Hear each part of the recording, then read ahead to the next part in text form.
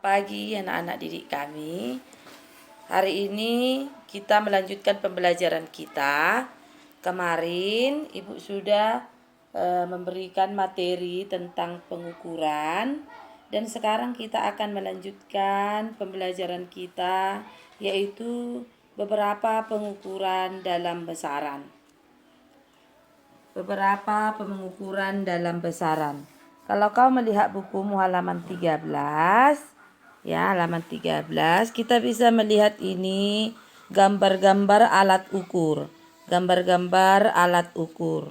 Jadi anak-anak didik kami kemarin mungkin Ibu sudah menyuruh dirimu untuk menyebutkan contoh alat ukur. Dari panjang itu ada mistar, ada jangka sorong, ada mikrometer skrum. Contoh alat ukur panjang mistar, jangka sorong, mikrometer skrum. Dan kemudian kita bisa melihat sebelahnya lagi itu adalah contoh-contoh alat pengukur waktu. Yaitu di sini ada arloji, ada stopwatch ya. Ini ada stopwatch, alat pengukur waktu. Kemudian kita lihat lagi di sebelahnya ini alat pengukur waktu ya. Nah, kemudian yang di bawahnya ada jam ini yang di atas jam dinding. Kemudian ini sebuah timbangan analitik yang merupakan alat pengukur massa. Begitu juga ini sudah biasa kita melihat alat pengukur massa. Dan ini alat pengukur massa dan ini juga alat pengukur massa yaitu neraca. Anak-anak didik kami di bawah ini ada pertanyaan, sebutkan nama alat-alat pada gambar di atas. Silahkan nanti kau sebutkan. Sudah tadi saya berikan pendahuluannya. Ibu yakin kau akan bisa menjawab ini semua. Kemudian yang nomor 4, bagaimana cara menggunakan masing-masing alat tersebut? Ini nggak usah diterangkan. Hanya nanti di rumah kau bisa memahaminya dan mempraktekkannya sendiri. Kalau nggak ada alatmu, sekedar kau mengetahui bahwa alat-alat ini pengukur panjang, ini pengukur waktu, ini pengukur massa benda. Jadi anak-anak didik kami, kita lihat lagi di bawahnya. Bagaimana cara mengukur suatu besaran fisika? Untuk mengukur besaran seperti besaran panjang, massa, waktu, ada hal-hal yang harus kau perhatikan. Yaitu yang pertama, ketelitian benda tersebut.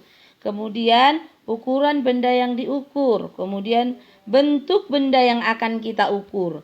Jangan nanti bentuknya kita mengukur diameternya tapi kita gunakan nanti arloji, kan sudah tidak masuk akal. Jadi kita harus menggunakan yang namanya pengukur panjang, yaitu mistar, jangka sorong, dan mikrometer skrum. Kemudian nomor 4, wujud benda yang akan diukur. Jadi anak-anak didik kami, dalam pengukuran kita harus mengenal benda apa yang akan kita ukur. Ya, berikutnya halaman 14, mistar. Nanti itu kau catatkan sampai halaman 17 ya, Dik ya. Alat pengukur mistar. Alat pengukur mistar ini kebanyakan mistar berskala sampai dengan sentimeter atau dengan milimeter. Dengan menggunakan mistar, pengukuran panjang dapat dilakukan dengan ketelitian, yaitu setengah skala terkecil yang terdapat pada mistar tersebut. Jadi melihat mistarnya, kalau pengukurannya skalanya 10, kalau dia menggunakan sentimeter, maka kita harus menggunakan setengah dikali ketelitiannya, yaitu setengah dikali 10 cm itu adalah 0,05 cm. Itulah sebuah ketelitian. Kemudian ada alat pengukur panjang yang lain, yaitu jangka sorong. Jadi anak-anak didik kami, kita harus memperhatikan penggunaan jangka sorong ini. Ya, ini jangka sorong. Ini yang panjang ini merupakan skala utama.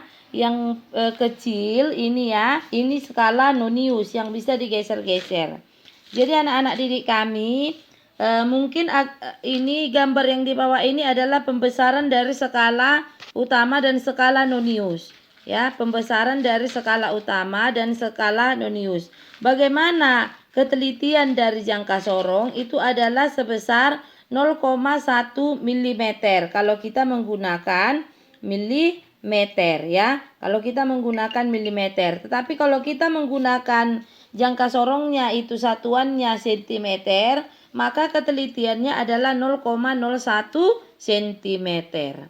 Jadi bagaimana caranya menggunakan jangka sorong? Jangka sorong ini bukan kita mau mengukur yang lain-lain, tetapi jangka sorong ini gunanya adalah mengukur garis tengah bagian luar suatu pipa atau benda yang lain, atau garis tengah bagian dalamnya, atau juga kedalaman dari sebuah benda. Kenapa kita bisa mengukur kedalamannya? Ini kan coba perhatikan ini.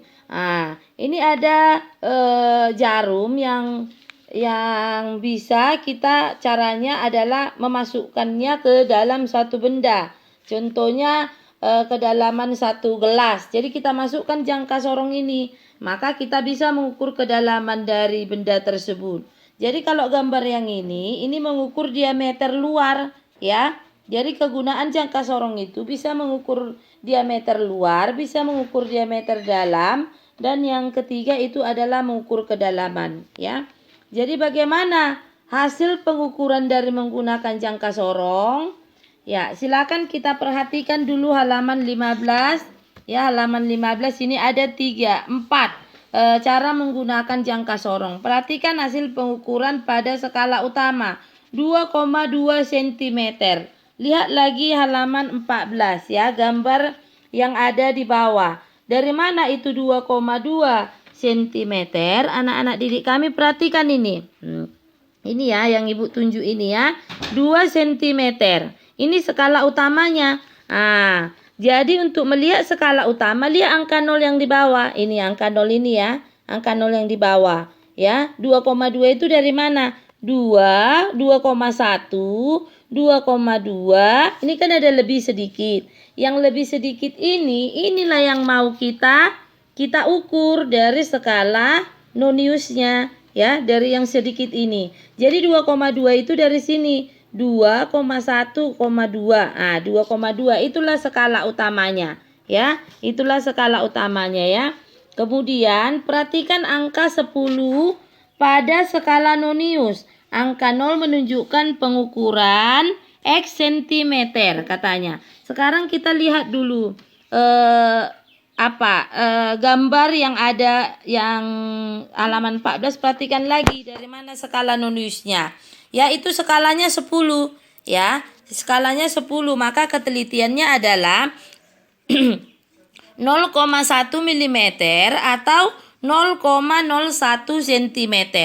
Jadi untuk mencari skala Nonius, kita perhatikan dulu garis yang ada di atas dan garis yang ada di bawah. Mana yang berimpit garis-garisnya antara atas dan bawah? Mana yang paling berimpit itulah skala Noniusnya. Tapi angkanya lihat yang di bawah ya, Dek. Yang ini. Yang lihat yang di bawah. Tadi yang di atas itu skala utama. Sekarang yang di bawah skala Noniusnya. Jadi mana yang lebih berimpit? Kita hitung ini 0, 1, 2, 3, 4. Jadi skala yang paling berimpit itu adalah garis yang keempat. Ya, garis yang keempat. Tadi ketelitiannya kan kita gunakan 0,01 cm. Maka kita kalikan 4, itu hasilnya 0,04 cm. Perhatikan lagi ini. Jadi pengukuran yang terbaca itu adalah skala utamanya tadi 2,2, skala Noniusnya 0,04, maka hasil pengukurannya kita jumlahkan menjadi 2,24 cm. Ya. Sebenarnya sih untuk rumus umumnya ini ya, Dek. Ini perhatikan. Ini rumus umumnya. Di bukumu tidak ada ditulis. Jadi kita bisa membuat rumus umumnya skala utama ditambah skala Nonius, atau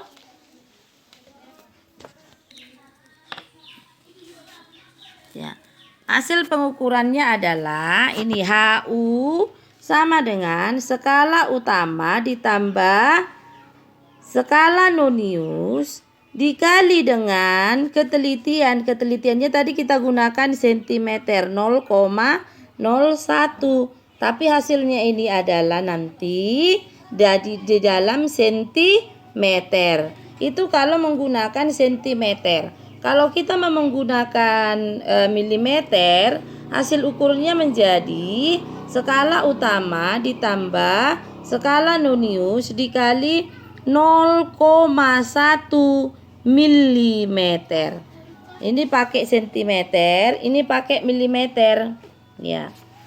Jadi perhatikan ini. Ya, skala utama ditambah skala nonius dikali 0,01 kalau sentimeter. Kalau kita menggunakan milimeter, skala utama ditambah skala nonius dikali 0,1 milimeter. Jadi anak-anak didik kami, kita kembali lagi ke sini tadi. Itulah cara membaca dari jangka sorong. Kalau tidak mengerti boleh ditanya lagi sama ibu ya, Dik ya. Hari Sabtu kau mengantar tugas yang akan ibu suruh. Nanti di situ boleh kau tanyakan sama saya. Kembali kita lagi pengukuran alat panjang yaitu mikrometer skrum.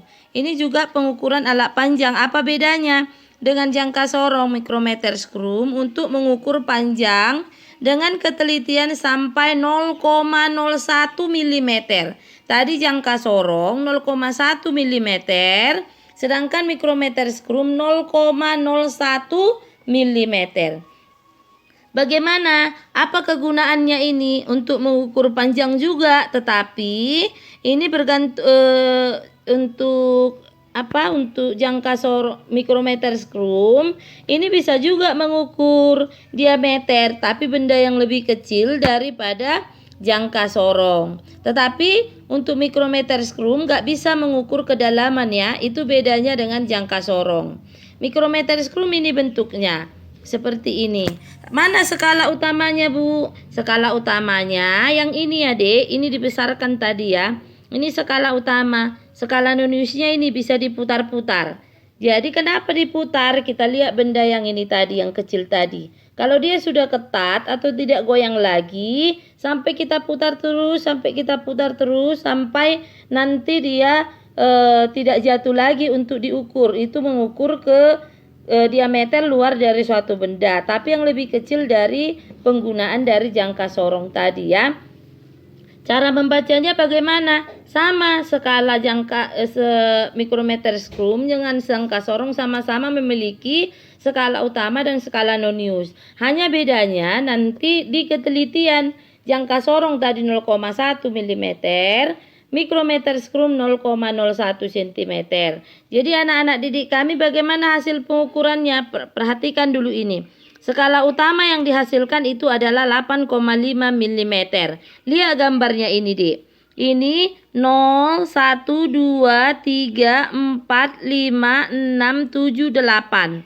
Ya, yang garis ini ya. Ini skala utama. Lihat yang garis yang di atas. 0, 1, 2, 3, 4, 5, 6, 7, 8. Kemudian lihat yang di bawah. Lihat yang di bawah ya, 8 karena ada dia melewati setengah jadi 8,5 ya. Seandainya tadi ini tidak terlewati 8 ya. Tapi karena ini dilewatin lagi 0,5-nya jadi 8,5 untuk skala utama. Jadi lihat skala noniusnya. Mana garis yang berimpit dengan skala utama, itu yang menjadi skala noniusnya. Ini yang berimpit adalah 40, angka 40. Jadi kita kalikan dengan 0,01, hasilnya 0,40. Jadi 8,5 ditambah dengan 0,40 hasilnya 8,90.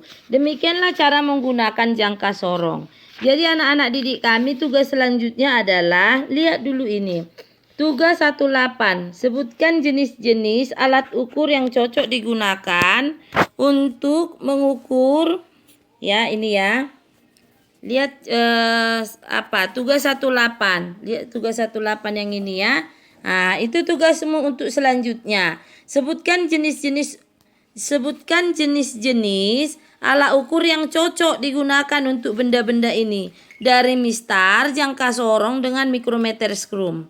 Ya, dari mistar, jangka sorong dan mikrometer skrum. Kemudian kita lanjut dengan instrumen pengukuran dari massa.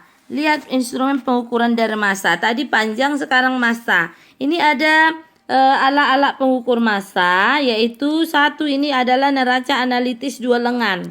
Ya, yang kedua itu neraca Gauss ya. Kemudian yang 3 lengan, yang kemudian yang C ini adalah neraca pegas. Kemudian yang D itu adalah neraca digital. Jadi semua ini ada di lab fisika kita ya, Dek. Ada di lab fisika kita yang 4 ini. Kemudian kita perhatikan bagaimana cara menggunakan alat-alat ukur tersebut untuk lebih memahami, lakukan katanya kegiatan ini. Tapi untuk itu nggak usah kita lakukan karena kita tidak ke sekolah. Jadi ini praktek ini tidak bisa kita gunakan. Sekarang masuk kita pengukur waktu. Ini ada beberapa alat pengukur waktu ya. Yang pertama itu adalah jam matahari. Yang kedua itu adalah jam pasir. Yang ketiga itu adalah arloji dan yang keempat stopwatch. Ini stopwatch mekanik ini ya, bisa langsung dapat hasilnya.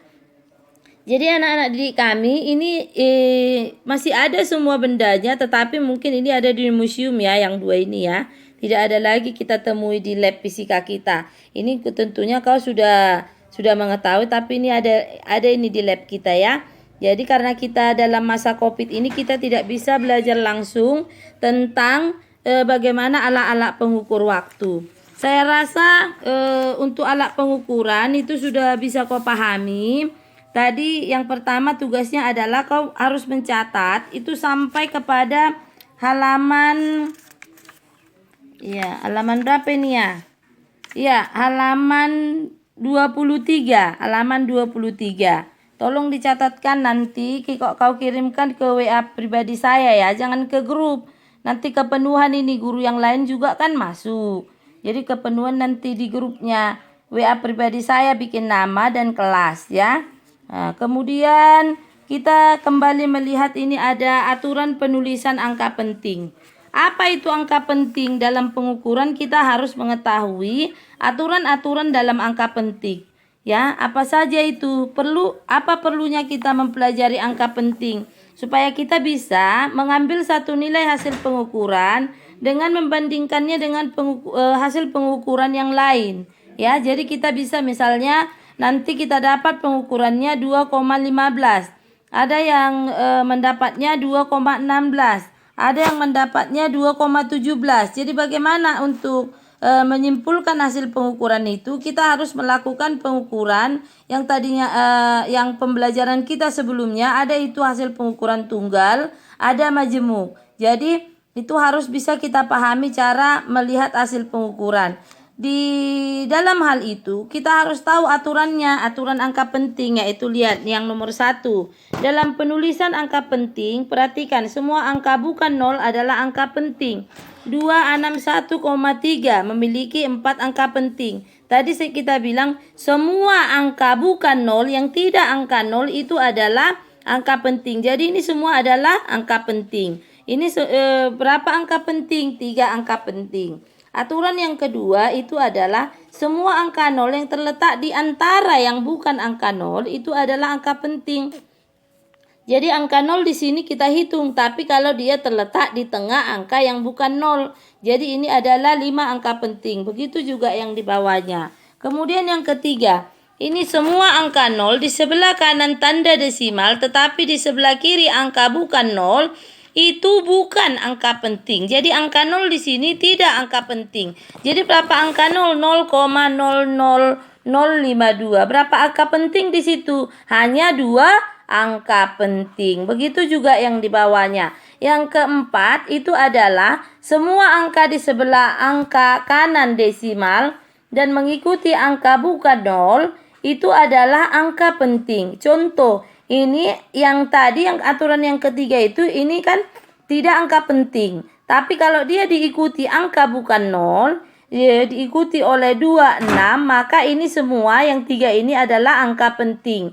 Begitu juga 3,20. Begitu juga 8,00. Itu merupakan angka penting. Nanti itu dituliskan ya Dek ya, semua ikut contoh-contoh soalnya. Kemudian ada aturan berhitung dengan angka penting.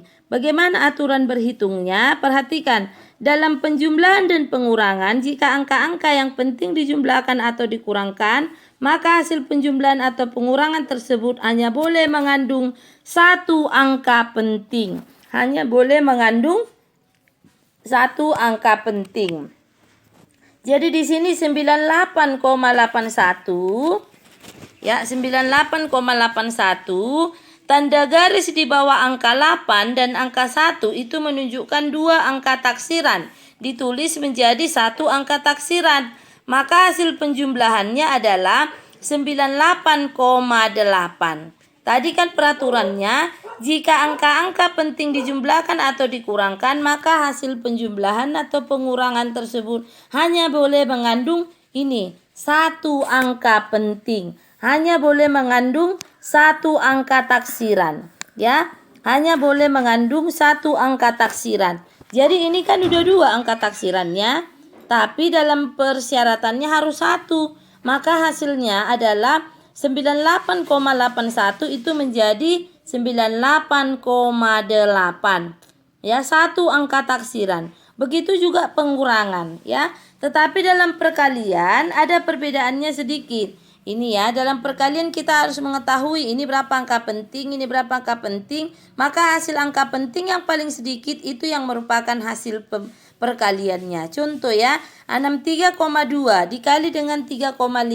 63,2 ini kan 3 angka penting. Ini kan 2 angka penting. Maka hasilnya itu harus 2 angka penting. Hasilnya tadi 220.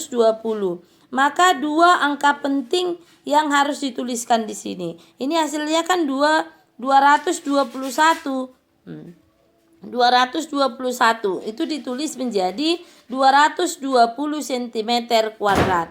Ya, itu untuk peraturan perkalian dan pembagian. Bagaimana dengan aturan penarikan akar? Ini kan penarikan akar, ini dua angka penting. Maka hasilnya harus dua angka penting. Sedangkan akar 85 itu hasilnya adalah 5 angka penting. Jadi kita harus membuat dia 2 angka penting. Berapa? Menjadi 9,2. Begitu juga akar 22,93. Hasilnya adalah berapa angka penting ini, Dek? Kita hitung 1, 2, 3, 4, 5, 6, 7. Tapi kita harus menjadikannya menjadi ini 4 angka penting. Berarti 4 angka penting. Berarti 4,788. Jadi begitu ya.